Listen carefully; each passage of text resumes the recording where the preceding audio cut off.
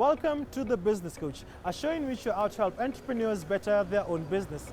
My name is Ian Dennis, and today on the show we'll be exploring the real estate business. I think it's everybody's dream to one day own their own home. And today on the show we'll be meeting up with entrepreneurs who are out to make this possible.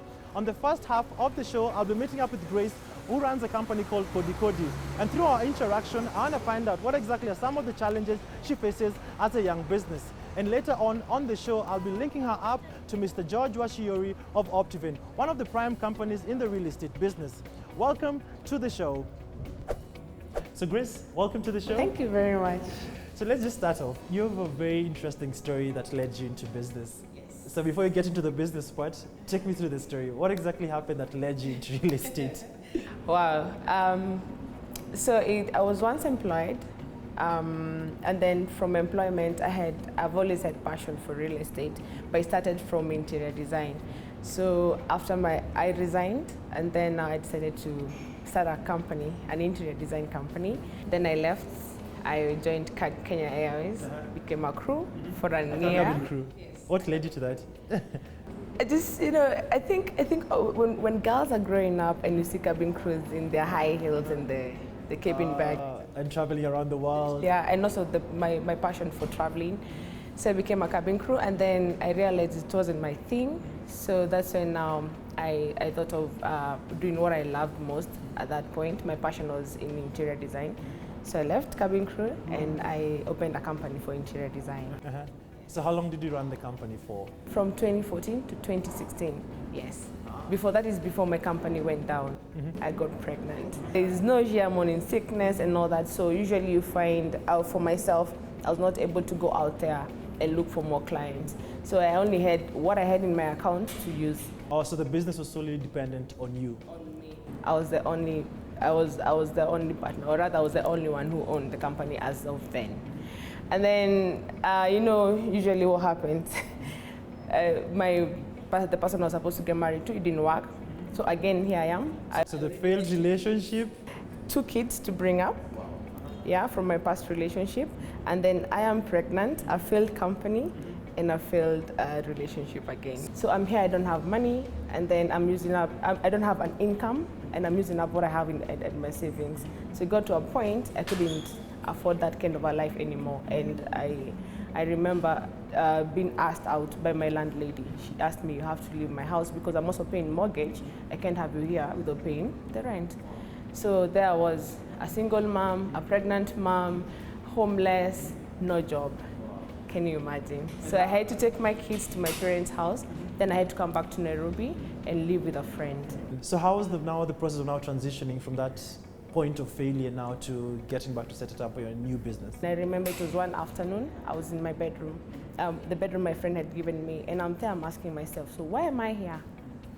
I don't have a home, a place to call home. I'm living in a friend's house, I'm pregnant, my kids are with my mom. I literally had nothing for myself. And having lived a better life earlier on, I was like, why am I here? And I asked myself, how many Kenyans, especially women at that particular time, are out there suffering like me, and some of them don't even have friends to give them a place to lay, to rest. And I was like, there's so many Kenyans going through the same thing, it's only that we do not know. And I asked myself, why is it that I'm here? I once had money, I lived a good life, why is it that I'm here? What is it that I would have done then to rescue me now? And I remember there's this, especially when you're working for big companies, people come and they tell you about land investment. And you shand it off. Yeah, those insurances, you always get. And they kept on saying, just buy for speculation purposes, just buy, you're gonna build a home someday, buy for your kids. And back then I was like, no, I'm not interested. After all, real estate is expensive. And then again, the reason as to I also never bought was because of the initial deposits. They will come and tell you, we're selling this land for price X, and you need 30% initial deposit. And I'm like, 300,000, probably 150,000, how will I raise that at once? So I was like, what if there was a company that introduced a simpler way of owning property? We've been brought up being told that real estate is for the old and for the rich. What if there was a company that would have introduced something for us, the common wananchi, for the middle income earners? And that's when I was like, what if I started something that will allow people, the middle income earners, to own property at ease where they don't pay any deposit, and then they do affordable monthly installments. With this particular idea that you had of now starting up the new company, how did you go about now initiating it? Because it's one thing having an idea, it's another thing implementing. So what was the process of you now implementing that particular idea you had to a reality? How was the journey from the start? So here I was, again, I have the idea, I don't have a single coin. But I knew my idea was good. You know, when you know good things, when you talk about it and you feel, and the kind of passion you start acquiring on the same interest. So luckily, there was a friend of mine who had already gotten into this business earlier on, but they used to just do big plots. A chunk of land and just sell as a whole. So for me, the whole idea I had was, yes, you own land, but in the future, you also own a home, an affordable homes again, because every Kenyan want to have a place to call home, my own house, you know. So I approached them and I was like, I have this idea. What do you think about it? And it was like, wow, I have not tried gated estates because I only do gated estates. But why not? Let's try. So they decided to give me a small portion, and then now I just do the trial. And guess what?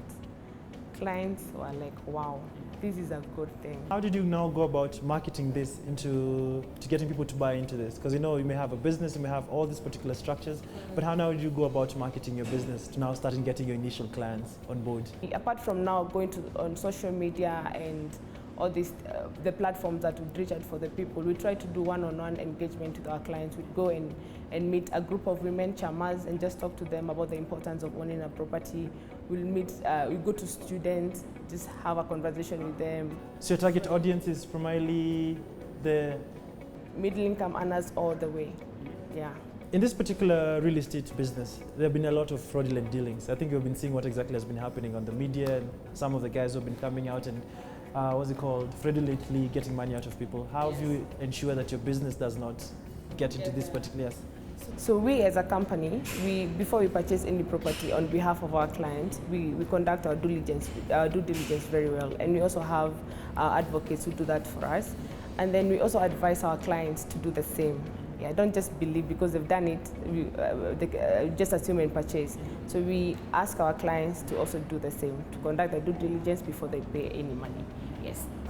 The process of owning property. When you identify a parcel of land or property that you like to purchase, make contact with the seller of the property.